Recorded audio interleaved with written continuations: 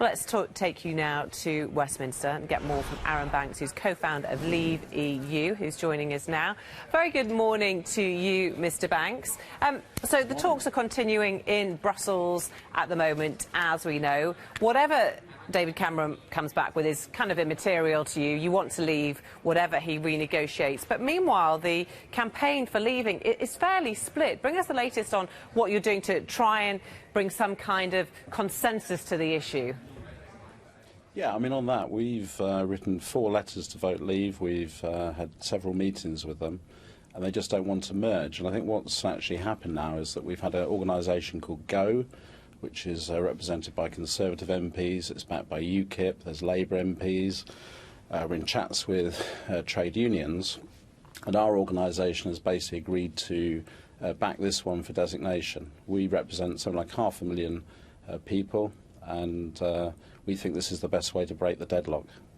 You're going to back the Go campaign? Yes, that's right. OK, so but just kind of explain to our viewers, Go are part of Vote Leave, aren't they? Kind of a splinter group. Go is an umbrella organisation which tries to bring everybody into one kind of campaign. It was set up by 2 Conservative MPs, Peter Bone and Tom Pursglove, and the strategy really is to get everyone to come in underneath it, which is pretty much what has happened apart from Vote Leave, which increasingly is a kind of the official campaign of the Conservative Party. We're hopeful in the end they will see sense and come underneath it. Because if they don't, there's going to be problems, because if you can't campaign together, you're going to lose momentum, aren't you? Well, there is a fundamental difference between our approach. I mean, we've got a survey coming out at the weekend in one of the big national newspapers that effectively shows that immigration is the largest concern for the British public, and that's even amongst the undecided voters. So by a margin of something like 3 to 1, it's the biggest concern. Vote Leave don't want to talk about it. They want to focus on the kind of, bringing back the powers to Parliament, which is very important. But we think that immigration is the single biggest issue. But the Electoral Commission will choose an official kind of opposition party, won't they? Or group? Sorry, just repeat the question. The Electoral Commission will choose a kind of official opposition to the Remain in the UK campaign, in the EU rather. That's right. They'll do that probably in 3 or 4 weeks' time. But as I said, I don't think there will be a designation battle, because increasingly Go is the kind of entity I think that will go forward and win the designation. It's got all the cross-party support, and our campaign is non-political. We started out not to be political right at the very beginning, but we think this is the right approach to back them for designation. Who should be the face of the campaign? I think it should be someone like Kate Hoey, funnily enough, because I think she's an excellent spokesman. She obviously comes from the left side of the equation, and I think, to be honest, we don't want this to be dominated by lots of big Tory beasts like Boris, if he does come out, or other people.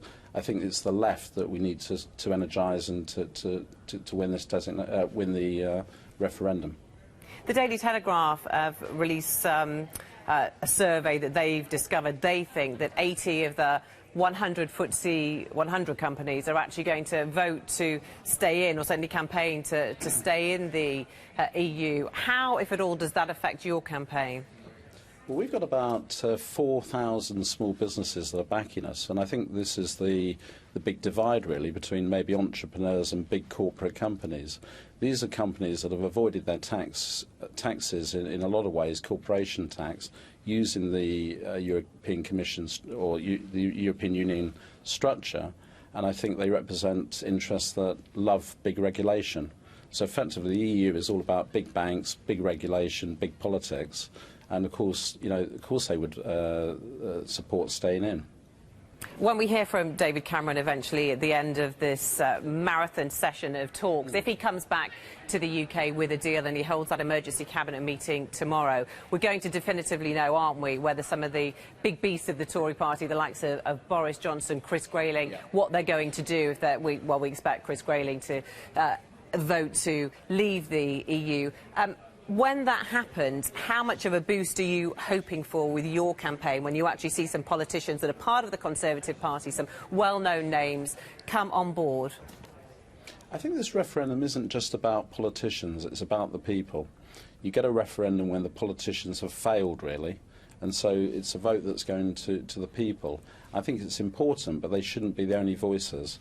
As an example, next week we'll be launching a initiative we did a few weeks ago where we've signed up 1,000 healthcare professionals into the campaign. We increasingly want to hear from normal people and the public rather than just politicians. I just want to ask you about the timing of the referendum. If a deal is put on the table today or tomorrow over the weekend, then we're expecting a referendum June the 23rd. If it isn't, then it's going to be pushed back to some point in the future. How significant is that for your campaign? I'm sure you've done polling and you'll have figured out the sooner, is it the better for you or worse for you? No, I think it's the longer the better. The crisis in the Eurozone is deteriorating. The migration issue is becoming a big issue. I mean, if you look at the things Cameron is asking for, you mentioned, I think, the child benefits. That amounts to something like £30 million a year. You know, we've spent that on the European Union by this time, you know, at lunchtime. You know, it's a tiny factor in the whole equation. So the real drivers behind this are the immigration worries that are starting to creep up into the public's perception.